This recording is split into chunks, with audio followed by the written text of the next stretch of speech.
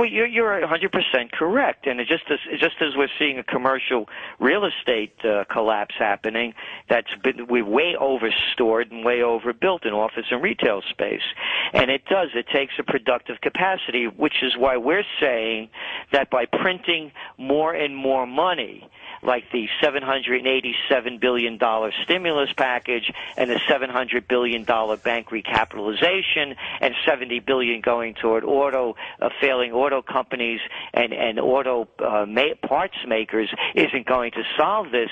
It's not even economics 101. It's economics for dummies. You can't print your way out of this. You can't print money based on thin air, and this is going to have implications. Now, the productive capacity that we see that will have the most advantageous return on investment, right, that we believe can get us out of this mess, is something in alternative energy. But beyond solar, geothermal, biofuel, or wind, again, current events form future trends. Look at what's coming out of the news now. Coal fusion is making a comeback, whereby much more energy comes out than goes in. There are breakthroughs happening as we're understanding it in zero-point energy, in hydrino power. But is the brain energy there and the money behind it? And again, we only look at the facts, and the facts to us tell us no. Gerald Celente, our guest from the Trends Journal and Trends Research Institute. Bernie, waiting since the show started. We'll get you on before our break here. Hi, Bernie.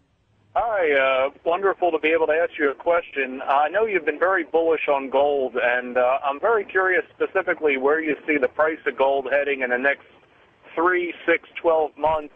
And also, I've noticed each time it hits around the $1,000 mark, it pulls back, sometimes very significantly.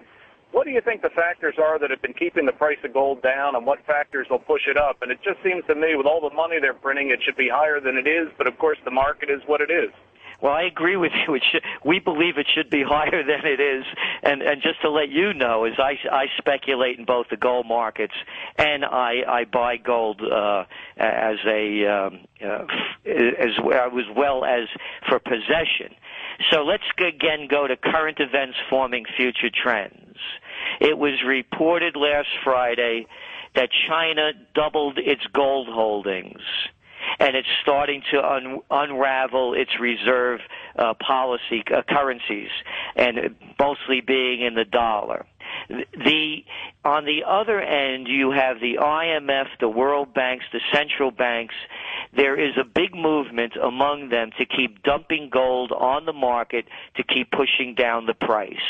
And this is a global phenomenon, by the way, because particularly in Europe, once people start believing that their fiat currencies aren't worth the paper they're printed on, you're going to start seeing a rush for gold and a collapse of currencies. So they're doing everything they can to keep the price of gold up. We believe we're forecasting gold 2,000. When will it hit that? We don't know. Do we believe it will happen within a year? It can. Within 3 to 6 months, I couldn't tell you. But just to let you know, I'm an active trader and I'm an active buyer. Gerald Celente, our guest from the Trends Journal and founded the Trends Research Institute. You can call in, and we have a couple lines open. We take a quick break. 800-486-8655. We talk about the trends he sees. Again, we've been talking a lot about the economy, but there's some other trends he may want to talk to you about, or you may want to talk to him about, and that's just fine. This program is all at issue. I'm glad you're listening. I'm Ben Marins on the Ideas Network of Wisconsin Public Radio. Tomorrow morning, Joy Cardine, after 8 o'clock, will answer your financial questions. Well, she won't. Kevin McKinley will. It's Kevin McKinley on Your Money, Tuesday mornings at 8 o'clock with Joy Cardine. You can talk about your credit cards, your mortgages. Well, all sorts of topics are on the table when Kevin gets on the air, and that's every Tuesday at 8 with Joy Cardine.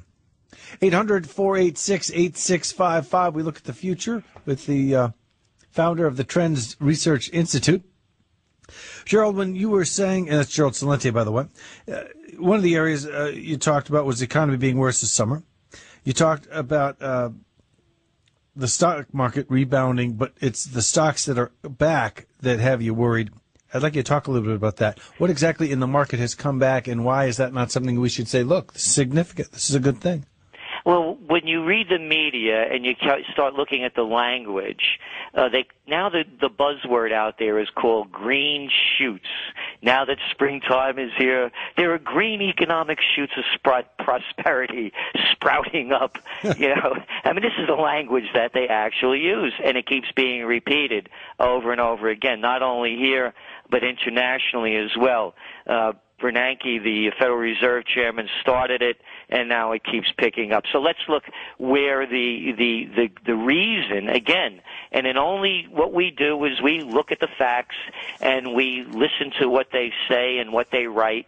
And what they're saying is that the reason for the green shoots recovering are that the frozen credit markets have thawed somewhat from recent weeks.